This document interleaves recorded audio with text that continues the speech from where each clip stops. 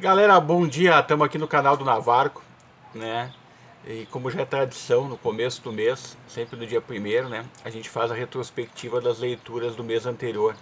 Hoje a gente vai abordar as leituras do mês de novembro de 2019, né? As leituras foram bastante volumosas, né? Tanto na quantidade de livros lidos, né? Quanto no volume de páginas percorridos e mais ainda em relação aos projetos em andamento, né? Eu tenho vários projetos em andamento e eu acabo paulatinamente parcelando esses projetos ao longo prazo.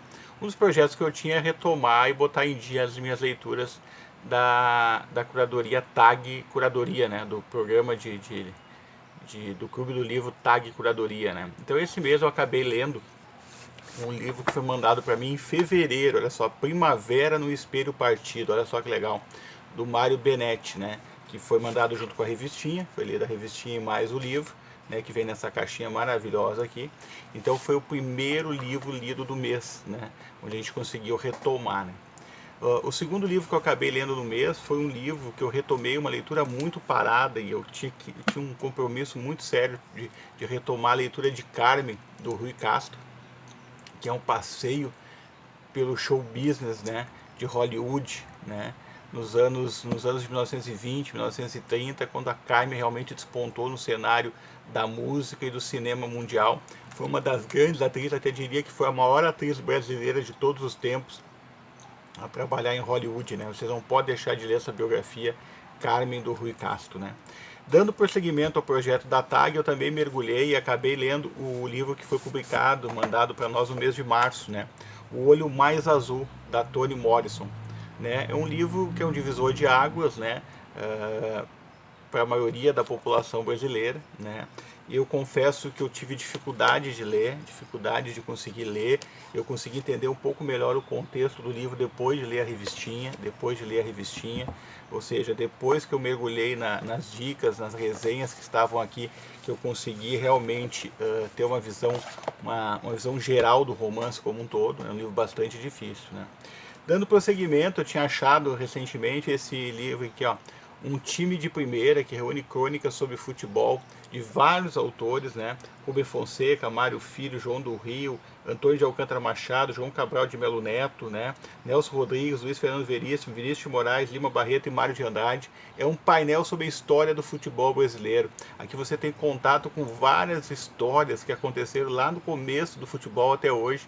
É maravilhoso você ter essa visão de como eles viam o futebol na época, quando o futebol estava engatinhando no Brasil, galera. Futebol engatinhando. A gente não consegue dimensionar o que foi isso, né? O que foi o acontecimento do futebol chegando no Brasil. E esses cronistas conseguiram reportar isso com uma clareza de detalhes muito legal nesse livro, chamado Um Time de Primeira, aqui, ó, Um Time de Primeira. Uma outra leitura que eu fiz foi terminar a trilogia, apaixonante essa trilogia da Segunda Guerra Mundial. Consegui ler o terceiro volume, olha só que legal. Finalizar o terceiro volume do Richard J. Evans, que aqui já é a parte da guerra, né? Os acertos e desacertos de Hitler, as besteiras, né? Cara, esse personagem ignóbil da história mundial. Aqui você tem um painel completo, você lendo os três livros, né? Fechando com esse desfecho aqui, né? E já antecipo que depois da trilogia teve um quarto livro que já está no meu radar, já estou mergulhado nele, né? Que vale muito a pena ler, do Richard J. Evans. É um livro de história magnífico, magnífico, né? Um outro livro foi uma grata surpresa, foi um livro de uma escritora iniciante, para mim, pelo menos, né? Que foi a Giovanna Vaccaro, lendo Stone, né? Uma história muito legal, bem no estilo Riverdale mesmo, com amplos personagens, vários crimes, várias coisas acontecendo. Foi um passeio muito legal na obra dessa grande escritora, nova escritora e grande escritora já, Giovanna Vaccaro, galera. Não deixa de ler isso, tá? Todos os livros que eu estou comentando aqui, vocês sabem, existem resenhas no meu blog www.caliupe.blogspot.com. São resenhas escritas, né, no blog, que é importante, que eu sempre coloco lá as minhas resenhas. Também li o livro da TAG do mês de abril, vocês viram que eu estou vindo em ordem, né? Do mês de abril, Adolfo Biol Casares, né? O Sonho dos Heróis, olha só que legal, junto com a revistinha, né? Esse aqui também traz um painel muito legal, uma viagem muito alucinante, se passa numa dimensão de história muito louca também, né? Não gosto de dar spoilers aqui, mas é um livro legal, vale a pena ler, né?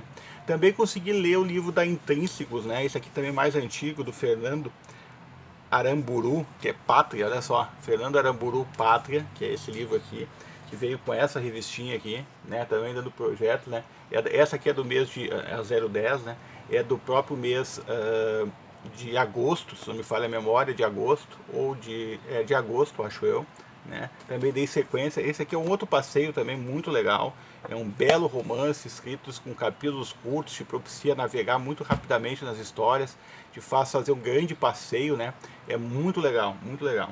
E depois eu dei sequência ao meu projeto das 56 leituras para entender melhor o Brasil e o mundo, né? Então eu acabei lendo a Ideologia do Trabalho do Paulo Sérgio do Carmo, a Ideologia do Trabalho do Paulo Sérgio Carmo, onde tem todos os pressupostos históricos da origem das lutas de classe no Brasil, da formação dos sindicatos, de como se deu a questão da migração e da valorização do trabalho. Porque se vocês lerem outros livros, vocês vão ver que quando começou o trabalho, na realidade o trabalho era um trabalho escravo, né?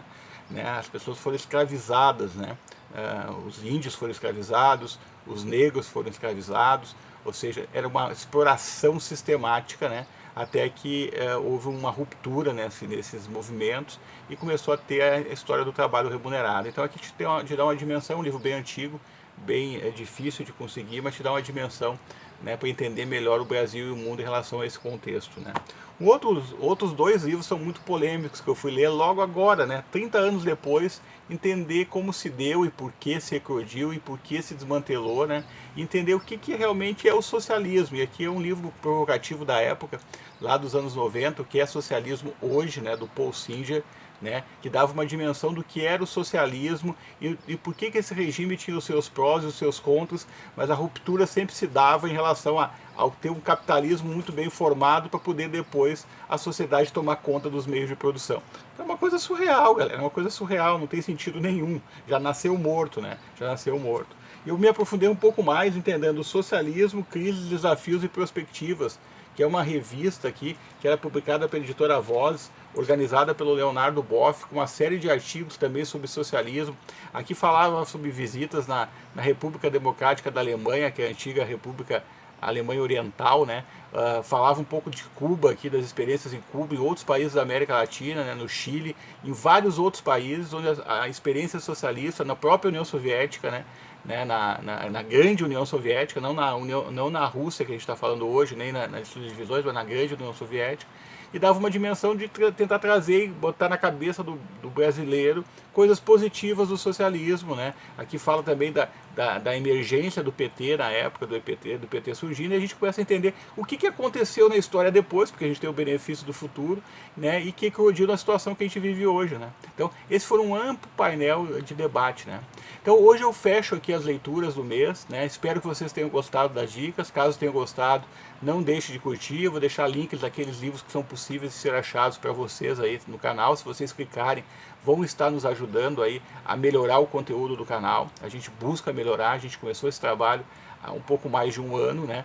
Tentando trazer novidades para vocês, tentando trazer ideias um pouco diferentes sobre os livros, né? Então fica aí a dica do Navarco, espero que vocês tenham gostado. Caso tenham gostado, não deixe de curtir então. Um forte abraço e muito obrigado pela visita aí hoje abordando as leituras do mês de novembro, né? Um forte abraço e até o nosso próximo encontro aqui no canal. Bye bye, tchau, tchau, galera!